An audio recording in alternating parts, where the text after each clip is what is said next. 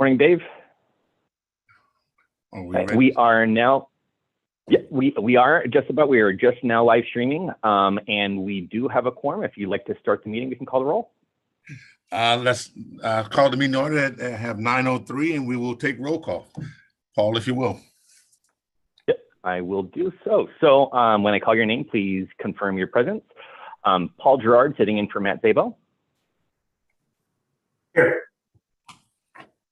Tony Royster. Here. Matt Crawford, sitting in for Matt Rednick. Here. Holly Wolcott. Here. Thank you, Holly. Dave Sanders. Present.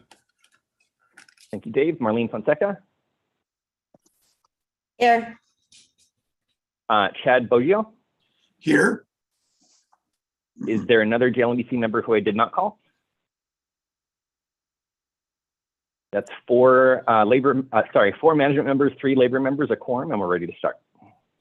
Okay, thank you very much, sir. We will go to the next order of business, which is public comments. We'll open the phone lines or welcome any public comments at this time.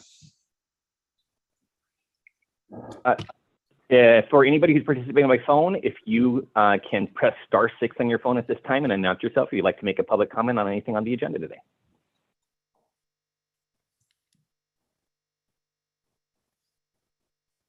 Hearing none and seeing none. Thank you very much. We'll go to the next item on the agenda, action items and minutes. Recommendation to approve minutes of April 7th and May 5th regular meeting.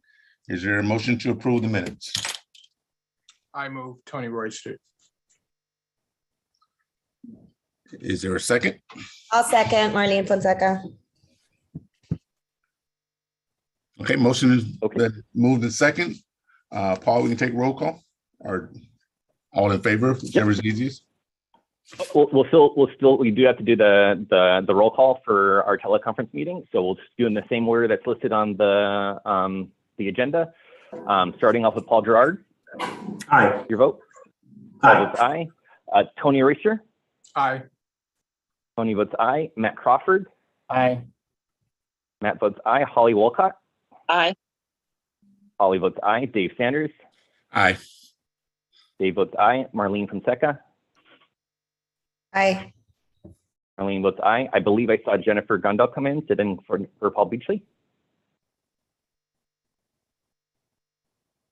Jennifer, your vote. And we'll come back to Jennifer. Chad Boggio, your vote. Aye. Chad votes aye. Jennifer, are you there? I am. I'm sorry. I have the worst reception, but aye. Thank you. No problem. Jennifer votes aye. So That's no worries. That's 4 affirmative management, 4 affirmative labor. The motion passes. Thank you very much. We'll go to the next agenda item, number 4, Committee Report 2226, determination regarding teleconference options for JLM meeting pursuant to Assembly Bill 361. Paul, you have the floor. Sure. So this is our standard report coming forward, finding that there's still emergency that exists and requires our need to hold a teleconference meeting. So the same resolution is put forth for the JLMBC's consideration. I move adoption. Holly Wolcott. Thank you, Holly. Is there a second? I'll second it if that's appropriate. It's been moved in second, and we will take roll call votes on item number 4. Okay, we'll move forward in that same order. So Paul Gerard, your vote. Aye. Paul votes aye. Tony Royster, your vote. Aye. Tony votes aye. Matt Crawford, your vote. Aye. Matt votes aye. Holly Wolcott, your vote. Aye. Holly votes aye. Dave Sanders, your vote. Aye. Dave votes aye. Marlene Fonseca, your vote. Aye. Marlene votes aye. Jennifer Gundel, your vote. aye. Jennifer votes aye. And Chad Boggio, your vote. Aye. Chad votes aye. It's unanimous. The motion passes. Thank you very much. We have agenda item number 5, Committee Report 2227, Employee Benefits Trust Fund Staffing Reimbursement for the 3rd quarter fiscal year 21-22. Paul. Good morning. This is Ted Vasquez, Benefits Analyst in the Employee Benefits Division. Committee Report 2027 7 is our staffing reimbursement report for the third quarter of fiscal year 2021-2022. The report requests that the committee approve staff reimbursements from the Employee Benefits Trust Fund for personnel department salary costs of the 4 positions serving the Allywell program and the 2 positions serving the LiveWell program. At prior meetings, the JLMBC approved staff reimbursements for the first and second quarters of fiscal year 2021-2022 based on special rates 43. Recently, special rates 44 was published and adjustments were made to these prior quarters. Attachment A of the report provides the calculation of the third quarter costs as well as the previous quarter adjustments at the new special rates 44. The LOL program's total reimbursement amount for the third quarter is $148,764.65, and the LiveWell program's total reimbursement amount is $64,297.67, and that concludes this report.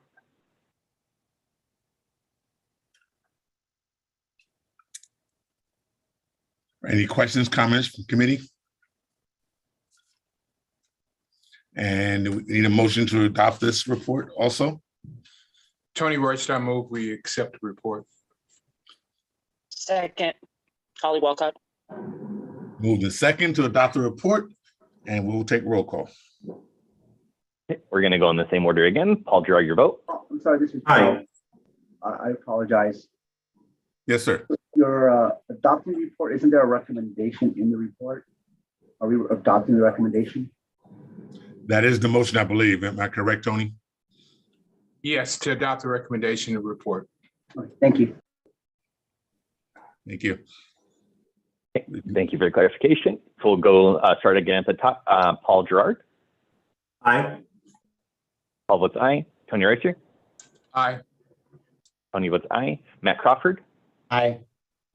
Matt votes aye. Holly Walcott. Aye. Holly votes aye. Dave Sanders. Aye. Dave votes aye. Marlene Fonseca. Aye. Marlene votes aye. Jennifer Gondo. Aye. Jennifer votes aye. And Chad Boggio. Aye. Chad votes aye. It's unanimous. The motion passes. Thank you very much. Informational item number 6, committee report 2228 Live Well program update. We have reports that Paul, also your Going to be Brianna. Good morning. My name is Brianna Collins. I am a benefits analyst for the Employee Benefit Division. I am going to be going over the Live Well program report for April. Starting at the beginning, we give a rundown of the April 2022 newsletter, which had content that emphasized eco-friendly activities to earn points. It included a schedule to the live Zoom classes, our monthly cooking class, and a testimonial from a personnel employee, and ends with a healthy recipe. Moving down to part 2 of the report, which includes a summary of the traffic into our website. The graph continues to indicate a surge in visitors through April. We see the number in item A indicate 3,000 unique visitors and around 7,000 page views, which is a high level of traffic. In the first graph, we see that the new Parent Resource Hub was the most popular page accessed since it was just released in March. Moving on, we see the social media posts we shared on Instagram and Facebook, and included breakdown of the Zoom exercise classes. We offered 49 classes and had 695 participants, the most popular being midday stretching, Zumba, and Pilates. These are the most important highlights for Live Well in April. Does anyone have any questions?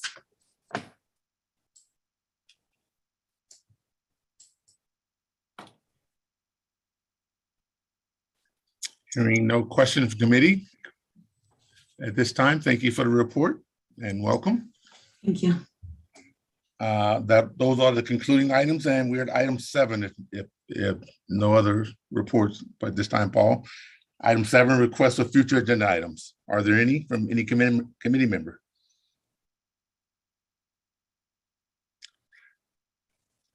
Hearing none, we have a next meeting date scheduled, June 16th for a special meeting and July 7th, a regular meeting. Hearing no other comments, requests, reports, we can officially call this meeting to adjournment, and Paul, you will direct us to our next special meeting. So we're going to go right into our special meeting, which is scheduled to happen right after the adjournment of the regular meeting. There's no change to this feed where everyone can stay in the same meeting. We're just going to go ahead and at your discretion, Dave, you can call the meeting to order and we'll call roll again. We will call the special meeting agenda for June 2nd, 2002. We'll call the meeting to order. It's now 9:15. We'll take roll, if you will, Paul. Okay, I'm going to go in the same order that's listed on the agenda. If you can confirm your attendance when I call your name. So Paul Gerard sitting in for Matt Zabo. Present. Tony Royster. Here. Matthew Crawford sitting in for Matthew Rudnick. Here. Holly Wolcott. Here. David Sanders. Present. Marlene Fonseca. Here. Jennifer Grandal sitting in for Paul Beachley. Here. Chad Boggio. Here. Is there another JLMBC member who's present who I did not call? That is 4 members management, 4 members labor. We have a quorum and we can begin. Thank you, Paul. Next order of business, public comments. We'll open up the phone lines for any public comments. At this time, if there's anybody who's attending the special meeting who'd like to make a public comment, please press *6 on your phone to announce yourself at this time.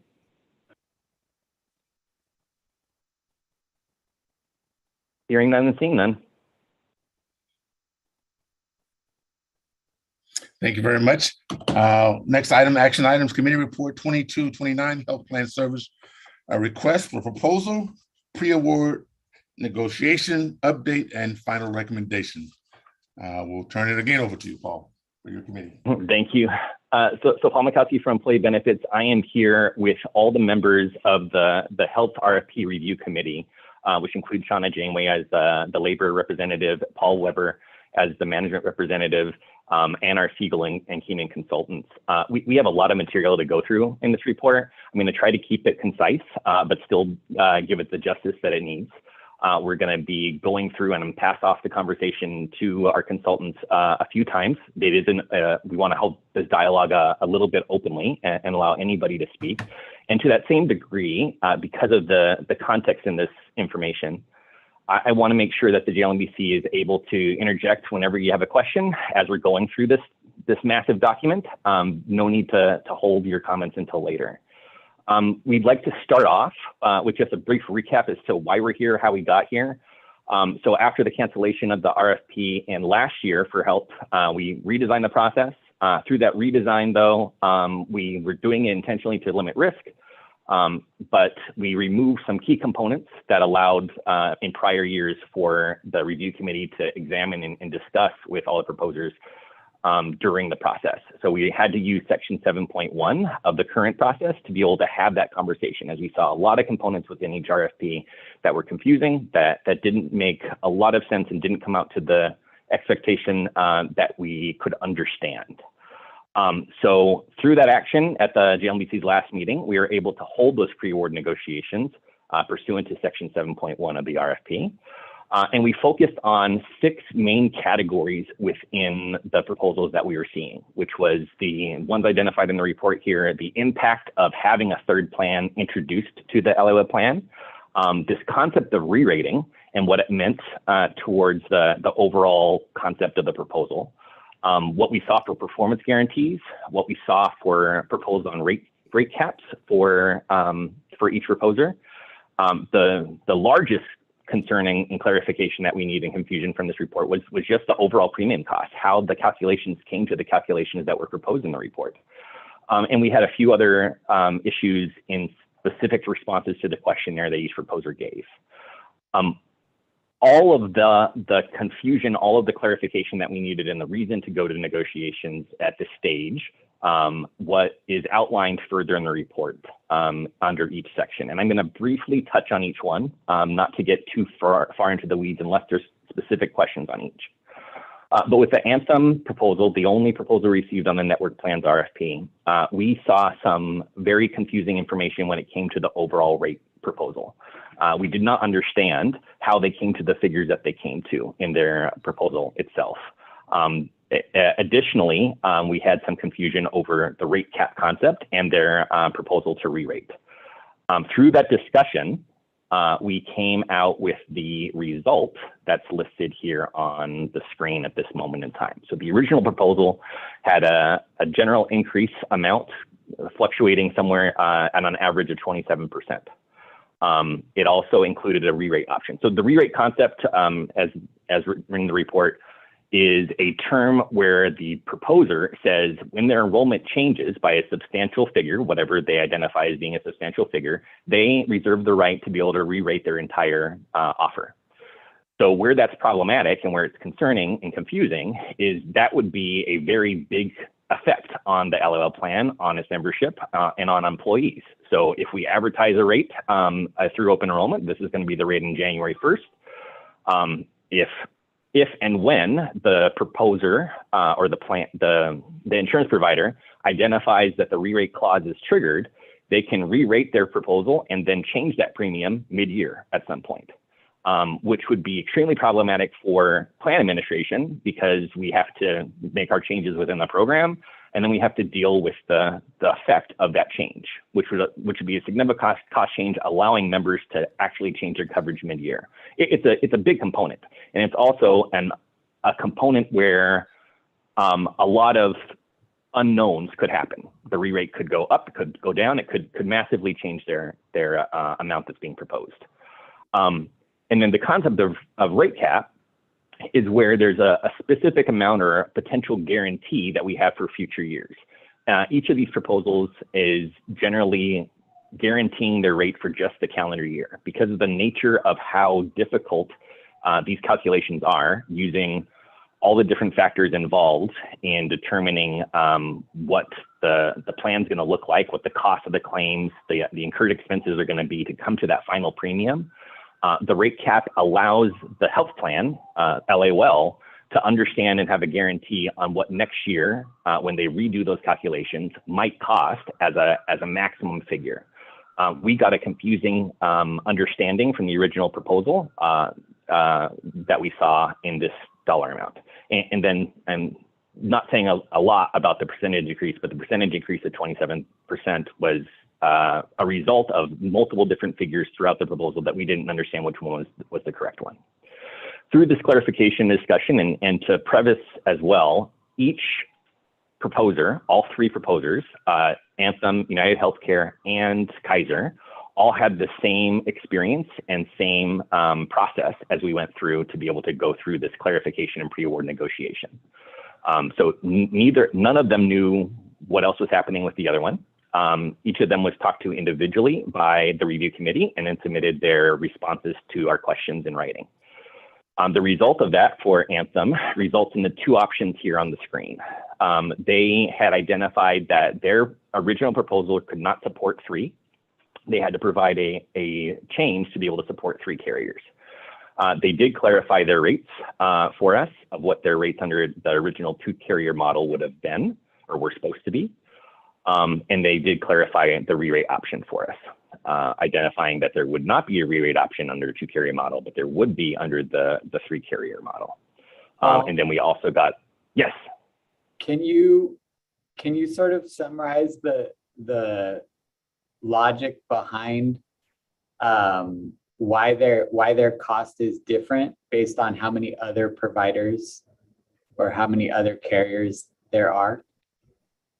I can actually let me have Siegel and Keenan speak to that because they're going to do it much more justice than I can. Okay. Great. Steve Murphy with Siegel. Great question. Thank you, Matt. Using Kaiser as a starting example, they have about 60% of the total enrollment and they manage one plan. So again, the idea of managing large risk under a single pool is typically ideal to ensure premium stability over time. When you have a smaller group, which Anthem has about 40% of the total group, a little more difficult, but that problem is accentuated by the fact that they have multiple plans. So they have the PPO option and they have 3 different HMO options and different enrollments across those various entities.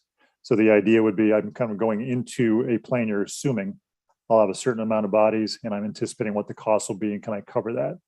If you introduce a third option, what impact would that have? And I think one of the more obvious ones is, would that take away membership that I have or that I'm counting on? And then if I'm left with risk that is favorable, it will work out fine. If I'm left with risk that is perhaps less ideal, then I may end up upside down in terms of how much did I collect and how do I do? So that is a reason that Anthem would have kind of that adjustment working on a 3 carrier basis. So And it's covering their risk on the assumption that a third carrier would drain some of the people that are currently enrolled in their plans into the other plan. Correct. Got it. Okay, thank you. And then through the rest of the clarification, we received confirmation from Anthem that their rate cap would be 9.9%, just under 10% if we continued with services for 2024. And just to clarify for rate cap, that's the maximum amount. They can come anywhere below that or to that figure through 2024 should we continue their services in that year. Any other questions on the chart itself before I move forward? So what we understood and experienced through this process is the massive amount of volatility that's been occurring with the LAL coverages and specifically towards the network plans. And this discussion kind of illustrates, or this item here illustrates how over the past 6 years, how the year-to-year increases have changed with the offerings, which was a big component for us to try to understand what is going on and why this is particularly happening with these coverages themselves, which leads a little bit towards further on when we get to the marketplace discussion. So this graphic is here for reference. We'll talk about that a little bit further. But for financial understanding, over these 6 years, there has been a notable increase in all coverages moving forward. Additionally, we had some questions about the responses that were provided by Anthem and provided by all carriers through their questionnaire. And the most notable one for Anthem was their response on retroactive adjustments. So Anthem is the only the only LAL vendor currently that does not honor our past practice of 180-day retroactive adjustments. They currently hold a 90-day period, and they have confirmed through our discussion that they will retain the 90-day period moving forward. This ultimately can result in some financial liability for the city, but it's a relatively small amount in comparison to the large amount of dollars that are identified in this proposal. But it is noteworthy just in the fact that we cannot clarify it or we can't quantify it, and that Anthem is the one provider that is holding the 90-day period, unlike the other providers. What this means is when the city does any type of adjustments to its employees or through its HR records, if an adjustment lands outside that period of days, the city won't be able to recoup its funds. So we pay for the premium essentially ahead of time. Then when we go back and say, whoops, we weren't supposed to pay for that premium, that coverage is not applicable anymore, we're not going to be able to get our money back, at least across the board. Anthem has said that they'll look at this on a case-by-case basis. And then the last item here with the Anthem and where we got clarification as well to briefly summarize is performance guarantees. So through this conversation, Anthem did note the coverage gap that we were discussing with Vivity and how it has not expanded past the Los Angeles and Orange County areas, and they've identified a potential performance guarantee where they are offering to pay a financial penalty should that network not expand into other areas outside of Los Angeles and Orange County, specifically into the Inland Empire area. Any questions on the network plan model before we move on to the staff model? So moving on to our 2 staff model proposals for Kaiser and UHC, we still, with the same trends, the same considerations, the same issues with the cost overall calculation. So those concepts of pooling, the concepts of cost trend, that rate cap and re-rating, they all still existed as confusion items for the review committee members and items that needed discussion with Kaiser. In addition to that, Kaiser had identified a clause of default plan in their revised conversation with us that didn't exist in the original. The concept of default is when a brand new employee with LAWell is hired by the city, does not have prior LAWell coverage, does not have prior city experience, we have no coverage for them. We make them an offer of coverage and they have 60 days to be able to elect that coverage. If they do not act because the LAWell plan does not have a no coverage or waiver option, they are defaulted into a baseline level of care. That default coverage is identified through renewal, is identified by JLMBC. It's at the discretion of the plan to decide what that default coverage is. It varies from year to year based off of what the dollar amounts are. And typically, historically, we have picked the coverage that is the least expensive for the employee and is most widely available. So it's fluctuated over the past few years between the Anthem coverage and the Kaiser coverage from year to year, depending on which is the least expensive for the city, since the city fully subsidizes the cost and is still not a cost for the employee. It has not been any other coverage, particularly has not been the regional coverage, because the regional coverage is not widely available. It's only limited to the Los Angeles and Orange County regions at this time. So Kaiser is asking or requiring, actually through the terms, that they be the default coverage in this revision clarification moving forward, which is not in line with the committee's or LAWell's plans past practice. As a result of our conversations, particularly the big cost questions that we had, and Kaiser also had the re-rate clause in their original proposal, they have come forth with the following clarifications. So they are not going to, they have clarified that they will not enforce the re-rate clause during the calendar year. So if there is a situation where enrollment changes to a certain percent where they want to re-rate, they'll use it as part of the renewal calculation. It won't be implemented in the same calendar year. They have also clarified their costs to what we saw for calculations of the difference in the original proposal. They had said that their rate increase is actually only 7.5%. And then they had not identified a rate cap in the original proposal at all. And they said to us through clarification that they could include a rate cap of 6%, meaning that the renewal for 2024 would not be more than 6% of the 2023 costs, but there would be a fee associated with it, which would increase the current rates. So if we would go with the rate cap option, the 7.5% increase is no longer valid and the 10.7% increase amount would be applied. Any questions on this table or anything else that the review committee would like to add? I have a quick question, Tony. If they're not the default, or if they're the default, what's the advantage, or does the city get? Do they give us a discount or reduce our rate because they're the default? No, well, in practice, they most likely would be the default or could be the default depending on how we decided, but in their offering there is no understood, and I can let Siegel or Keenan also confirm, but there's no understood difference of them being the default except for that it's in the term. And Siegel, would you like to confirm? Sure. Again, they'd like to designate themselves as a default plan. They have historically been the default plan. So that's kind of the course. I think on a go-forward basis, I think we'd like to work closely with the city and Kaiser to see if we can get to a point where, as we talked about before, Kaiser's had a very long relationship with the city, very beneficial. But a lot of that was predicated on not only being geographically accessible across all counties, but also historically being the lowest cost option. And that is no longer the case for the city. Doing some cursory review across different areas of the Southland, City of San Diego, County of San Diego, and Northern California, City and County of San Francisco. Kaiser is either the lowest cost or the second lowest cost. And that's something I think that we should make a target or a discussion point for future in terms of the designation of default. And I'll defer to other members of the committee to provide their input.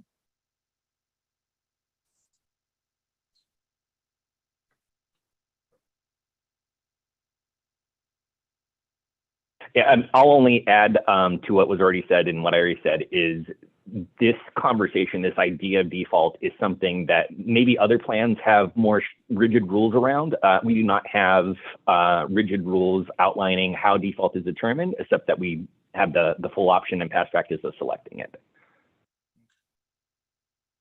So whatever happens, we make that decision. It's not going to impact our rates up or down. I think for this cycle, Kaiser is requesting that they be the default plan based on the 7.5% increase that they proposed.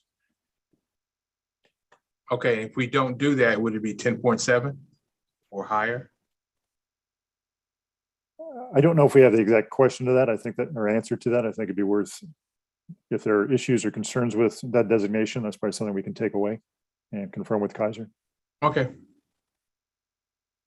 Because I think we should get something out of this particular deal. If we're making them default, it should, it's somehow we should get some type of benefit out of it if we can. Understood. Is the proposal would, or what they're asking is for them to be default for the whole term of the contract, not a single year? So I would say, and see if you could confirm this is accurate, this applies to 2023 only, since the renewal process for 2024, in other words, these terms are only guaranteed for 12 months or only this current upcoming year. The following renewal process could be different. I think maybe to kind of add to that concept is that, as you can see in the last column on the right, with the rate cap guarantee, I think based on the percentage increase in the premium rates for the benefit of that 6% rate cap, the committee members, I think, determined there was not a lot of financial value in pursuing that. So we're basically, to Paul's point, going year to year. So again, probably an opportunity to just confirm with Kaiser, but our expectation would be that kind of the default designation would be for a year. And then I'm just looking at the percentage increases and the rate caps, and then their re-rate option. They said they wouldn't do it during the year, but they would apply any re-rate to the following year. Would that be how would that interact with the percent increases and the rate cap? Would any re-rate kind of supersede a rate cap that they've already set? I think from our perspective, and Paul, allow you to kind of chime in on this as well, but I think from a re-rate option, Kaiser would have to see significant change in their enrollment. Again, they have 60% of the group, so I think it's an important feature or provision to discuss and make sure everybody understands ramifications, but its application would likely be minimal, if at all, just because of the pure massive movement that would have to occur for them to kind of reassess where they're at. So I think, again, important for the city to kind of shed some light on this, but I don't think from a practical standpoint we would see much impact. Okay.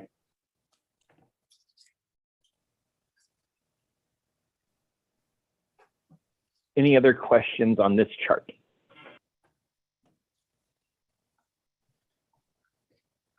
Okay, moving down, we also have the same discussion or same point, on volatility with the staff model HMO past history. It's not as volatile as the Anthem network plans graphic, but you still see that there's a large amount of fluctuation that's been happening historically.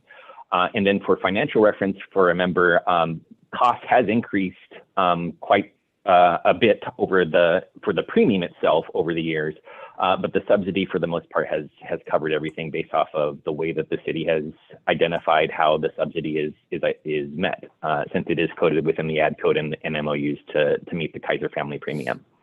So for the most part, members aren't realizing this amount or this fluctuation in volatility on the Kaiser plan as much as the Anthem plans due to that one concept. And then the last particular point was a questionnaire response, which we got clarification to our expectation as far as wellness funds. So there's no change in our use of wellness funds whatsoever. Moving on to UHC. UHC was our outside the box proposal where we saw a lot of potential, but we had a lot of questions on how it would work.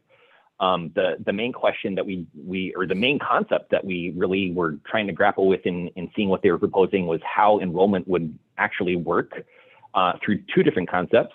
One, how the price was being identified for enrollment. So what assumptions was UHC making and what was really going to happen with their proposal based off of those assumptions and the premium rate itself. When a new idea like this comes in, sometimes too there's an understanding from the proposer that there might be a minimum expectation, that they might need to hit a certain threshold to be able to offer their coverage. And we weren't clear whether or not that was a stipulation of this proposal or not. And then in addition to that, they also had a re-rate clause listed in theirs, which we didn't understand as well, based off of the concept of them coming in and being offered alongside Kaiser, not necessarily replacing anything with Kaiser. And just to bring that back to focus too, this offering was very unique in that it was not replacing Kaiser as a staff model proposer, but was strictly identified in its terms as being offered alongside Kaiser as an additional offering. When we discussed with UHC, we understood that their assumption for enrollment was just an assumption used for purposes. It did not have any requirement or stipulation that a certain number of enrollees were needed. They also identified that assumption that was being made would make no impact or difference on the overall cost. So whether they got 1 member enrolled, 0 members enrolled, 1,000, 2,000, it wouldn't make a difference with their price point. And they also identified that their re-rate option could be waived and it wouldn't actually apply. So that solved the premium concept for us. We understood what they were offering at that price point. They came in substantially less than the other offerings of almost 10% or 9.5% less than our current rates for 2022. And then they also were able to identify a rate cap for us for both years, both 2024 and 2025, should we continue using them for that period of time. And they confirmed that it should be 5% instead of the original offering, or what we saw originally in the proposal. With this information, we still were a little bit confused on how UHC would be able to garner enrollment. Since our plan does not have any requirement for employees to take action during open enrollment, we have passive enrollment, which means any employee that's currently enrolled in coverage, if they don't want to make a change, if they don't need to do anything, they don't have to do anything. They keep the same level of coverage. They have to physically choose to change their plan. We didn't understand how UHC was planning to gain membership. And through discussions with them, they had confirmed that their intent is to do it completely through communication. They would make an effort to talk to employees, to reach out to employees and let them know of their existence. And through that is how they opted to, or how they plan to gain their membership. Any questions so far in what you see on the chart or with the offering itself?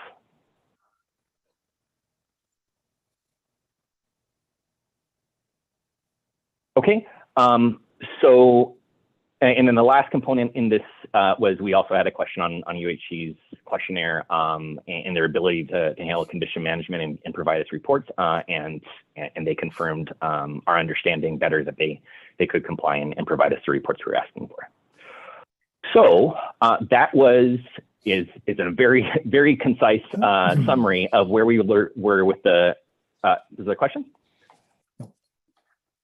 A very concise summary of where we were with the confusion and where we needed to have the clarification of what we were seeing in this complex idea. And I do want to now address what we're seeing or what our consultants are telling us and we're seeing and understanding the marketplace kind of I am giving a little bit background into why we're seeing the numbers that we're seeing, and I'll turn it over to Keenan and Siegel.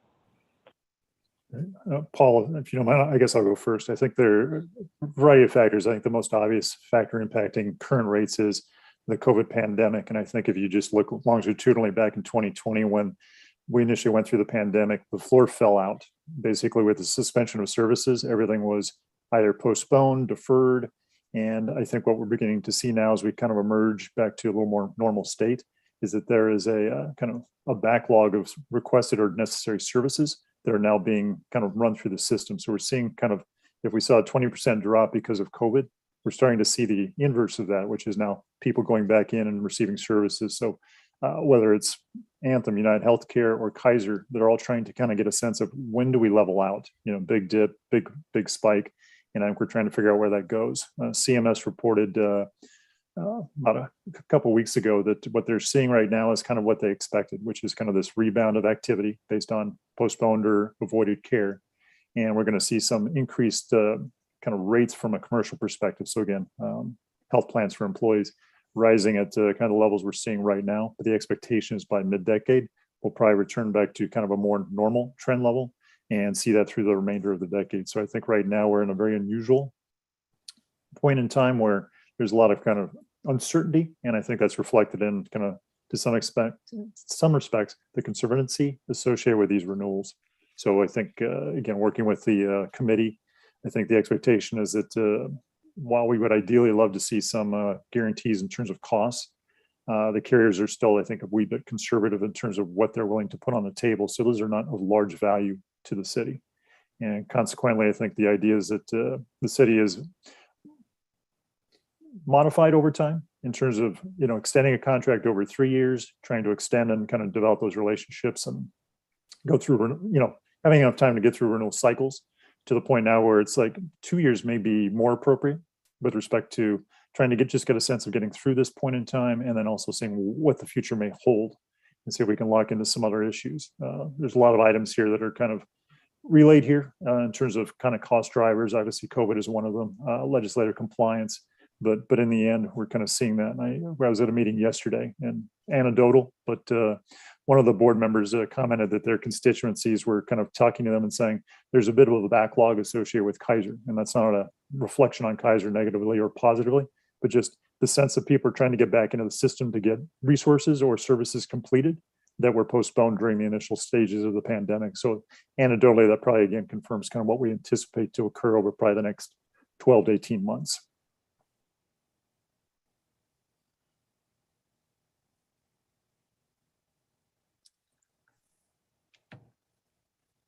So any other questions or anything else from the review committee to add on marketplace trends?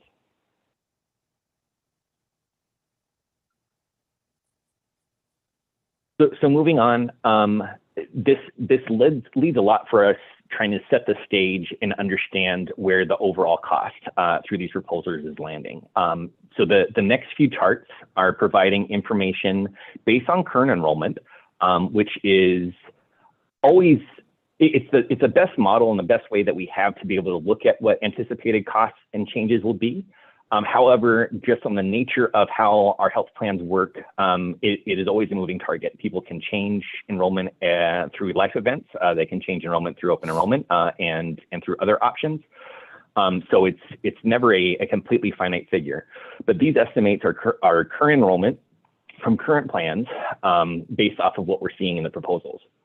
This original proposal rate is what we did, or what we were seeing through the proposals pre-negotiation or pre-conversations with each proposer, identifying a approximate $52 million increase in our current cost for 2023.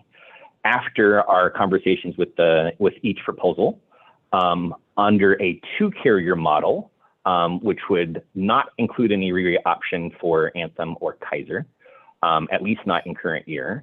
It would be a $30 million increase under the current enrollment expectations.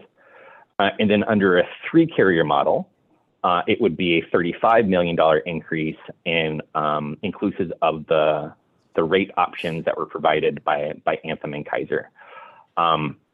The the dollar amount for UHC is identified here as undetermined at this point because we cannot currently understand what their enrollment would look like.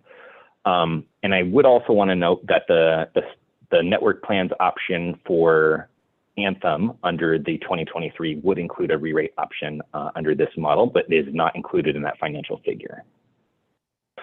The difference between the difference of $5 million between the 2-carrier model and the 3-carrier model is really where we're landing on for identifying and understanding what this impact would be, and where the review committee was trying to understand value of including either option or entertaining either option. Through analysis and through Exhibit B, which is way down at the bottom, so I'll get to it in a moment if we wanted to review it, but you're welcome to look at it. But through analysis, the review committee is identifying that if 1,000 members, give or take, entered into the UHC model, if they went through open enrollment and elected UHC during open enrollment, that most likely would only save the city or reduce that $5 million gap by about $2.5 million. We're estimating through our review that as many as 2,000 employees would need to voluntarily elect into the UHC plan under the current rate conditions that are proposed under the 3-carrier model for it to be a cost neutral offering, for it to match the same as the 2-carrier model. And I'll pause there for a second to allow any other the review committee's members to make any other comments on that statement and through the regular concept that we talked about so far for these cost comparisons. Paul, just to amplify your comments earlier and just now, again, UHC was an unusual opportunity that arose to have someone compete kind of alongside Kaiser is very unusual. Their price point that they proposed for this RFP cycle was actually lower than what they proposed last year during the 2021 RFP cycle. So again, very, very interesting approach. It's available across Southern California, so that had some appeal as well as being able to address the Inland Empire. I think the real challenge though, and I think we're going to leverage the experience we had with Vivity. Vivity's been in place for 5 years now, has approximately 1,800 employees enrolled. So, big push at the beginning and then went moderate growth over time, but basically, probably averages around 400 people a year, kind of in the program on average. The challenge is, despite the very competitive price point the UHC is offering, the city dynamics are a little bit different than what you might see normally. Again, your contribution structure is based off of the Kaiser family rate. So for the vast majority of employees, there is little to no financial incentive to consider new options. It's basically, if I have what I have and I'm not paying for anything, why am I moving? Why am I considering that? And to be honest, through this RFP process, I think we've kind of identified in concert with Anthem is that there are a number of members that are using Vivity providers today, but they're enrolled in the full HMO network or the narrow network HMO network. So again, there's some inefficiencies there that Anthem's going to try to address. But I'd say that there are provider groups that city employees are currently participating with. They're in the UHC Harmony network. Would they move or migrate to the Harmony plan specifically, or would they remain where they are, given the fact that there'd be no or minimal cost change? And I think that's probably the biggest reservation, because without that financial impetus, it's very hard to see a lot of migration. And to UHC's credit, when those dynamics exist, where they are kind of the most competitive program, and members have a direct financial interest in making that decision, then you start to see that movement. So that clearly is the largest obstacle that the review committee observed and said, okay, how do you expect to get that transition? So the idea of 1,000 members, 2,000 members, long term, could you get to that point? Probably. But in the near term, I'm not quite sure what that number of members would be. And that's probably the biggest reservation in terms of, is there value in doing a 3-carrier option as opposed to 2? So you mentioned the price points from UHC 2021 substantially less this year, but 2021 they were being on the network plan, not staff model. Correct. It's the same product that they offered at that point. So we're trying to compare kind of apples to apples. So last year to this year, they came back with a more aggressive approach. The same product was for the network plan and the staff model plan. Correct. Okay. Paul, can you remind me of the percent increase? I mean, I know I could sit here and do the math, but I'm lazy. Overall, and actually, I don't think we did the percent increase overall because we did it for each individual plan. But I think That's the fine. I city don't mind seeing the and this individual plan. in this particular chart here also, it includes the full subsidy and member deduction. So this is the total premium. This in both of these models, the city subsidy increase would be 7.5% because that's the Kaiser rate, and Okay. the city subsidy is capped at the Kaiser rate. So Okay, Paul, thanks. Paul, if I could just reference in the Appendix B, again, looking kind of at global premiums, so total. The two carrier approach would result in approximately an 8.7% increase year over year. And the three carrier approach would result in about a 9.3% change. And that 9.3% is based off a transition of approximately 1,000 members from Anthem's narrow network plan to the UHC Harmony plan, just to kind of give us a context of if we got that movement and that was kind of their kind of upper threshold, what would the impact be to the city? So we still wanted to kind of look at that and say, well, you know, on a win-win basis, what would it look like? And still a differential exists. So again, just wanted to point that out. And now on the screen is the second page of Exhibit B. This is the number that Steve just referenced. These two numbers are the second to last column on the right is the original proposal amount, and then this is the revised clarification negotiation amount. This is for the three staff model that he just referenced, and then our three carrier model, excuse me, and then this was for the two carrier model.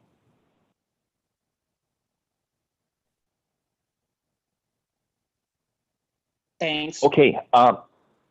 Any other questions before we move a little further? I do need to clarify as well, this difference in $5 million that we're talking about is just a premium difference. In bringing on a third carrier, additional costs would be associated for the city, ones that we cannot quantify either at this time. There would be the additional cost of programming the system, the enrollment system, to include a third carrier model that is clear enough to employees to understand their options and what's available to them and provide them the level of education necessary. Then there'd be additional costs in our communication and just answering questions from staff. We can't quantify what those would be as far as the total dollar amount. UHC in their proposal has offered funds that could mitigate some of it, but they've offered a payment of up to $50,000, excuse me, for enrollment or implementation, which would include our reprogramming of the system, and an additional $50,000 for communication. The review committee thinks that might be a marginal amount towards the overall cost that it would cost the city to include the third carrier model.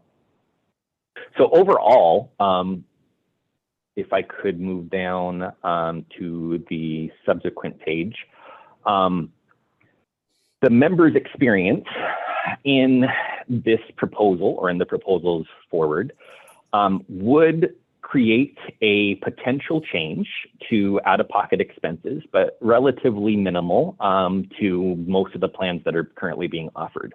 So the chart that's being provided now on the screen identifies what the current experience is for members of the LA Well plan, not the 10% cost share plan. So there are still a few unions who are part of that 10% cost share who pay a little bit out of pocket no matter what for their premium.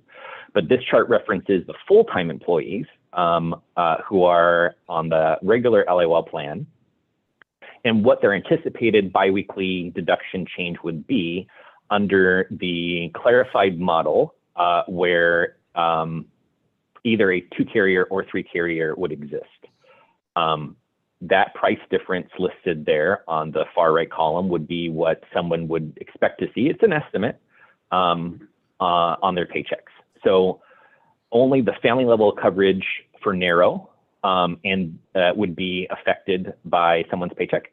And then the PPO model, almost all levels except for the employee only, and then all levels of the full coverage would see a cost increase. So moving on to if there's nothing else for Any questions so far? Our scores remain the same through this process. We did make a selection, so our scores were unchanged through this process of clarification and negotiation with each proposer. But it doesn't change all that much as far as how we're evaluating or what we're looking at for a final recommendation. So the RFP identified that selection of proposer, or the final outcome, should be the best combination of quality, price, and our elements that we see within the proposals offered. To that degree, in understanding the offerings available, the review committee believes that the two-carrier model of Anthem and Kaiser, using the clarified pre-award negotiation, the rate, or the 7.5% for Kaiser, and I already forgot what the Anthem was, but for those clarified rates, let me look it up for a second before I mess everything up. But using the clarified rates for both is the 10.9% for Kaiser and 7.5% for Anthem is the best combination of material or quality price for our members for 2023. We are not seeing the three carrier model as meeting that same level of value, that same level of best combination of quality, price, and or preferred over the two carrier model. Any questions so far? Yeah, on just on that, the top part of page 18. Your recommendation does not include or does include the removal of the default condition for Kaiser. Is that correct? So we are making a recommendation that we select Kaiser, that the JLMBC committee select Anthem and Kaiser using clarified amounts. We do not think that the default condition that's written in Kaiser's term is within line with the JLMBC's past practice, with the LLPen's past practice, and it should not be part of their terms, but that's something that we'd have to talk about further with them. But we are recommending the 7.5% rate that Kaiser has submitted, as well as the 10.9% that Anthem has submitted. Okay. And then, oh, yes. No, that was it. That's on. Thank you. That was my question. And then further, as part of our original recommendation last time, and concluding additionally with this conversation, because of the volatility that we're seeing with these rates, because of what we're understanding in the marketplace as confirmed by our consultants, we strongly hope that that this is temporary, that stabilization with rates will occur in one of two ways, that either this is the new normal and this trend of use will continue, which in its effect would stabilize rates, or that this is exactly as is expected, is an anomaly, and the use of healthcare will change and go back to pre-pandemic use, which will also stabilize and reduce rates, we expect in the future. When in the future is the big question. So to remain flexible with the city's abilities, the review committee is wanting to make a change in recommendation for how the contract term is proposed to be awarded. The authority of the contract is still the authority of the contract. We have ability to contract for up to 5 years, but in the city's processes of procurement, our ability to make a change to that 5-year period and go out to bid earlier than 5 years is based off of how we award the contract term. So originally, it was proposed as being 3 years with 2-year extensions as optional. We are recommending that this be a 2-year contract with 3 additional years as optional. In that idea, should everything work out, should trends go back down to what we expect them, should prices stabilize, the city may say, hey, this is working out. We want to continue services and continue care and extend those contract periods. But if that doesn't happen, we have more option and more flexibility to be able to go out back to bid earlier in this process. It doesn't necessarily change anything with what our services are to be, just gives us more options and flexibility for future. So the recommendation would be from the committee, which we're going to talk about in just a moment, would be for selecting Anthem and Kaiser for a 2-year term with up to 3 years of extensions. At this moment in time, oh yes. By going to 2 years, is that going to impact our price? Or if we went 3 years, could we get a better price? So the price right now is only identified for 2023, no matter if we do 2 years or 3 years. Okay. The only thing that changes for that additional time period are the rate caps. And for Anthem, they have offered a rate cap for 2024 and 2025. It was 9.9% for 2024 and 11% and some change, I think, for 2025. Kaiser only provided the rate cap for 2024, which increased the percentage, the overall cost of 2023. So the review committee is not recommending that. They do not provide any rate cap for 2025. So it doesn't really change anything as far as the proposals are concerned financially moving forward. Thank you. So, and to Tony's point, do you anticipate that if you go back to Anthem with a two-year request that the 2024 rate cap would change? Or are they committed to that? They've committed to 2024 and 25 regardless of the term.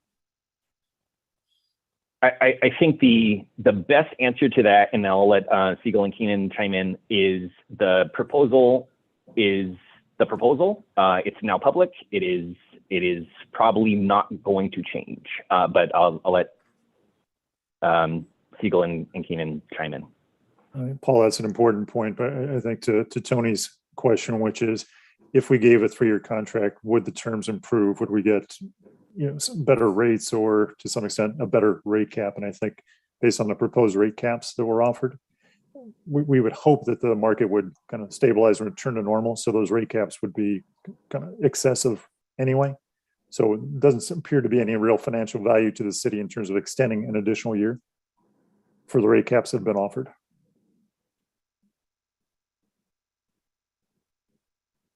I'm looking at it in a little different way, I think. Okay. If I'm Anthem and I offered a 3-year deal, meaning that I've identified rate caps in the second and third year, and the city comes back to me and asks or says, we're only interested in locking you in for 2 with 3 1-year extensions, to me, that's going to change what I give on the rate cap in the second year. The rate caps I gave on 24 and 25 were a package. That was good for a 3-year deal. And now you're coming at me with a 2-year deal. Rate caps are off. Yeah, so I think we broached those conversations with them in terms of if you want a 3rd year, make it as attractive as possible. So I think we went down that path. But again, the opportunity to ask one more time, I think, is certainly valid. Okay, thank you. Is it also valid? I think Tony asked a question earlier regarding Kaiser for the default position. Is it worth value to ask to negotiate at a cost for that default position? I think that was Tony's question. I don't want to misrepresent your question, Tony. Yeah, that's my question. If we go back and say we make you default, what benefit or what discount can we get? I think it wouldn't hurt to ask. No, I think both are excellent follow-ups for both vendors. Is that a good trade for us? I mean, can we make it such that, and just, I'm going to talk crazy here, but we'll make you the default if you give us a 0% rate cap in 24? It's a perfect question. Well, I mean, can let's go there. Why not? I have some familiarity with this concept at Kaiser through some experience I've had there. What you can expect to receive from them, or at least my experience, has been something in the neighborhood of less than 1%. And my question to the consultants were going to be, have we already kind of played this card before? Is it baked into our current rate? What my experience with Kaiser has been is they'll give you, for becoming their default plan, they'll give you a 1-year discount off of what they want the renewal to be, but then it's kind of baked into the cake. It's not something you can go back to the well with several times. And based on the way that they structured their proposal, at least the way it's worded, to me, it seems like, if they're not the default plan, that they're going to want an increase greater than what they've already proposed. And so, again, my question is, do the people that have been around with the plan longer or consultants know if we've already kind of played this card with Kaiser yet in the past? I think your observations are accurate because I think as Paul noted, when we met with the vendors during this negotiation process, we posed a number of questions, including kind of rate caps, and the default was a request of theirs, but I suspect that the 1% reduction that has been proposed here, the 7.5% increase overall, is kind of baked into those items. But I would tell you it's worth having in a follow-up conversation because, again, I think hearing it directly from the JLMBC is certainly more powerful than any consultant could be. And my assumption to that is that they requested a default because there was a potential third vendor in the staff model. And if your recommendation is not to have a third vendor, I think Kaiser would be open to, and I think we should explore the additional savings or benefit of offering a default position. Understood.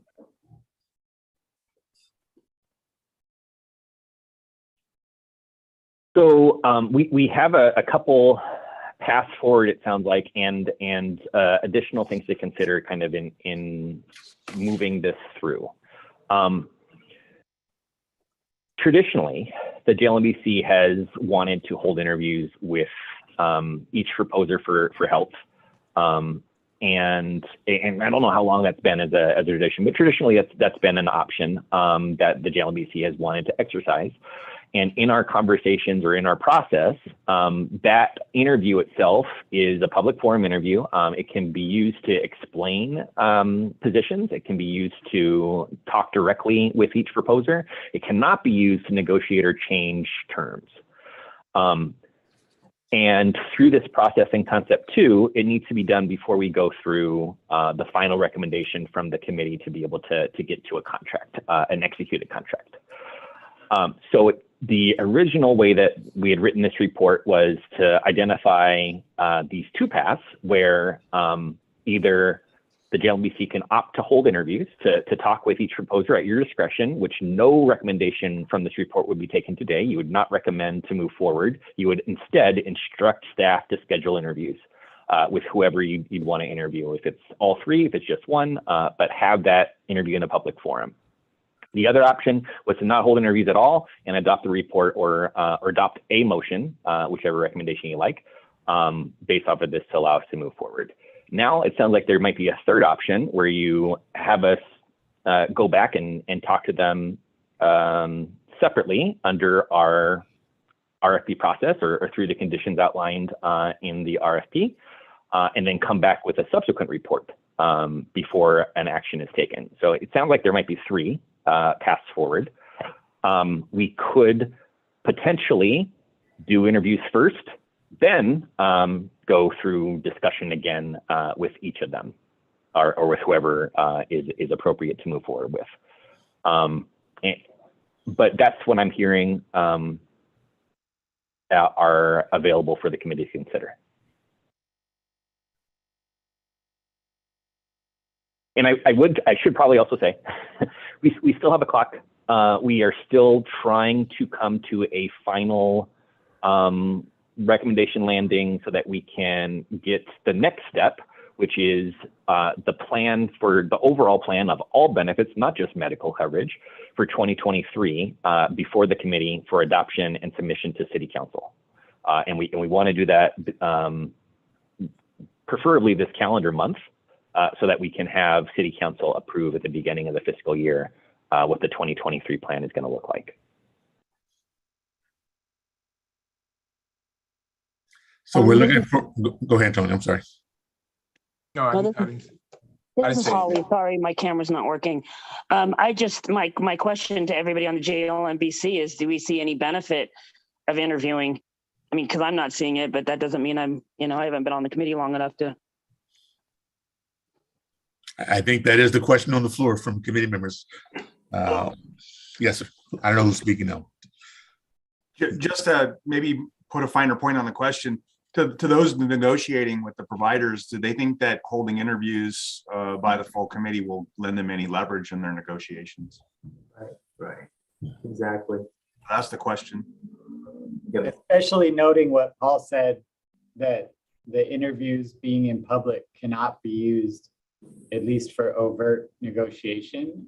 I don't know how we get a benefit out of interviews which can't be used for negotiation. Well, I misunderstood. Is it that there can be the purpose, the direct purpose of the interviews are not to be used for purposes of negotiation, but it wasn't unclear to me that you can't be gleaned, or something that can't be gleaned can't affect later negotiations outside that particular forum. So maybe maybe Paul, if you could clarify that. So, I mean, it's one of those scenarios where it's a little bit of wonky or a rocky kind of concept. But yes, the interview itself can only be used to explain the proposal as it stands. To what extent that is affecting or addressing negotiation is negatable or arguable. There can be effect, there may not be effect, but the aspect of the interview itself should be absent of any complication. So you cannot directly negotiate during the interview process, but you can use information that you collect in the interview process to further negotiate separately. Right, and that is a perspective, yes. But it would still need to be an interview that we would have to monitor or moderate very carefully. So you couldn't flat out ask, even though it may not be binding or may not be considered negotiation. You can't flat out ask, are you willing to change your rate? That would be that's not negotiation. acceptable. Right. Chad's, go ahead. But yeah, you can ask, how do you come to your rate? What does it mean? What does how did this figure come about? Is this tied to this? Those types of questions could be potentially part of this process if you wanted to do it. Okay, so to Chad's earlier point, negotiators on this call, do you feel that there's a benefit to you? Do you have any information, or are you lacking any information, or are you lacking an understanding or a feeling about how the carriers will react in negotiations? Because the only benefit that I see at this point is you get these carriers in a room publicly, you ask them a bunch of questions. The way they respond and the level of information that they respond with gives you probably a good indication about where further negotiations are going to take you. But if you guys already have that, I don't see a need. I'm with Holly. I don't really see a need to conduct interviews. I mean, we pretty much know where we stand, I think. I think I'll let Siegel and Keenan chime in. But I'll say the past practice of these interviews has not been for any benefit of the review committee or for the people involved in negotiations. It is only for the benefit of JLMBC, and I think the same thing would be true here. I do not anticipate that there would be any benefit perceived or otherwise for anybody involved in the negotiation process from these public interviews. But so I'll let Siegel and Keenan chime in. Well, so I just want to make sure that you and I are saying the same thing. So the people who are going to negotiate this, they're good. They don't need a clear understanding about where the carriers sit, what their disposition is, because to me, the interview process may or may not give them a better understanding about the willingness to negotiate, not negotiating during the interview process, but the answers that they give, the way they say it, the level of detail they go into, that's telling to me. But maybe the negotiators have all they need already. I don't want to waste the committee's time if they do. But if there is a benefit to getting these carriers in a room and having them publicly display their wares, then that's It would only be for the benefit of the people who are actually going to do the negotiating, as far as I'm concerned. For Steve Murphy with Siegel, I give maybe a slightly different perspective, which is I think we have knowledge of kind of where they are and how we've gotten to the point we're at. That being said, this is a public meeting right now, and I have no doubt that your questions and your intent has been absorbed by the bidders, and it's worth our opportunity to go back and follow up and saying, you've heard directly in terms of what their issues or questions are, let's address those. So from that vantage point, maybe interviews are not required, but certainly some follow-up with those vendors based on your direct feedback today would be beneficial. And also, if you take the two vendors, they're current vendors, if I'm not incorrect. So we have thorough knowledge of what they do, what they can't do. The biggest issue is how can we negotiate, a good, financial deal. And I think that's up to the committee to do that, not up to the JLMC to do that. Well, I think the other. Go ahead. I'm sorry. Go ahead. Wait, might be waiting. Wait, because David came back on. No. Holly, you have a question? No, just more of a comment that given what Kathleen just said is that, they, assuming they are paying attention, that there is grave concern about the rates. I mean, the caps are high, and we understand it's because of volatility, but we have a fiduciary responsibility to the city and to the members, on these costs. And, with inflation and everything going on in people's lives, the rates are high, and we're concerned about that. And I think that's, my public comment on that. I think that's also Chad's point, and I'm not one way or the other on the vote, but I think not so much for the bidding for the rates negotiation, but I think for the public knowledge, the membership knowledge, to kind of get an idea why to have that discussion, maybe that has value. And I think that's what Chad's point is making. So I don't know if, again, at this point, the question is still on the floor. Do we want to entertain interviews? And I don't know if that's a poll question or a proposal has to be made from the floor in order to move that, or do we just make a motion to accept the recommendations and move on? And secondly, if in fact we do interviews with the recommendation only proposing for two vendors, we would not invite UHC to this meeting, or would we also be included? Would they also be included if we were to do interviews? That would be discretion or direction from the committee. So if there was a consensus from the committee on wanting to hold interviews, there would need to be a recommendation directing staff to which proposers wanted to be interviewed for us to schedule. Okay, so at this point, do we need to have a motion or just a proposal to do so for the option?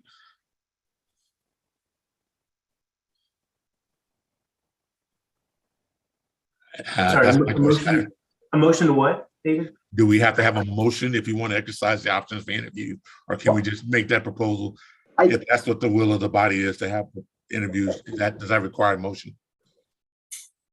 Or can we, or do we have a motion second to that? If not, if we don't want to exercise the option, do we have a motion to accept the recommendation? So I'm asking both those questions. Oh, sorry, David.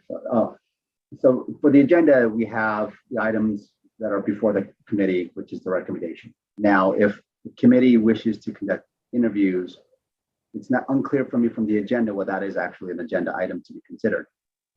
But I guess that could be a future agenda item.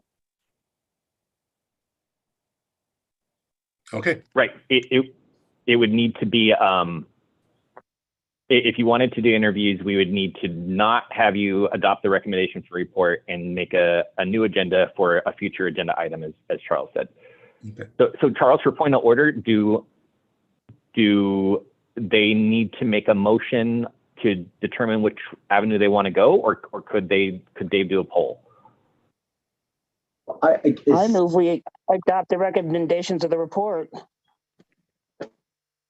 That's the decision before the committee, whether to adopt the recommendations for the report. And the secondary question is if the committee does not wish to adopt the recommendation, then you can schedule, as you mentioned, interviews and hold off So, on the recommendation. so I hear then we have a motion from Holly to adopt the recommendation for the two Second. vendors to move forward. Is that correct? Yes. Paul Gerard, second. Move the second, and now we will take a vote. Roll call vote. Yes. And we're going to go in the same order as is on the agenda. So we'll start with Paul Gerard. Your vote? Aye. Paul votes aye. Tony Royster, your vote? Aye. Tony votes aye. Matt Crawford, your vote? Aye. Matt votes aye. Holly Wolcott, your vote? Aye. Holly votes aye. Dave Sanders, your vote? No. Dave votes no. Marlene Fonseca, your vote? Marlene? I'm thinking, I'm sorry, I'm torn. I'm gonna go aye. Marlene votes aye. Jennifer Grandal, your vote? I'm like Marlene. I'm still thinking because I'd like to see the interviews. I'm sorry, Paul. I'm always holding you up on these votes, aren't I? But That's it's okay. it is important. That's why I was trying to get it. It's a lot.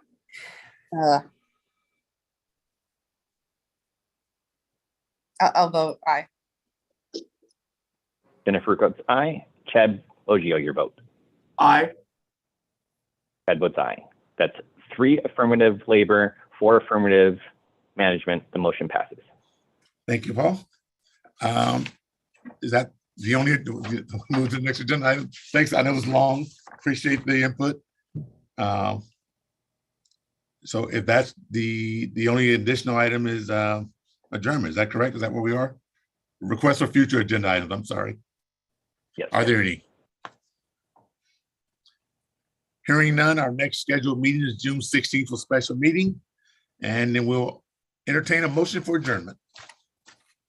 All in No favor? motion needed. You can just call adjourn. We are adjourned. Have a nice day. Thank you all. All right, bye. Thanks, everyone.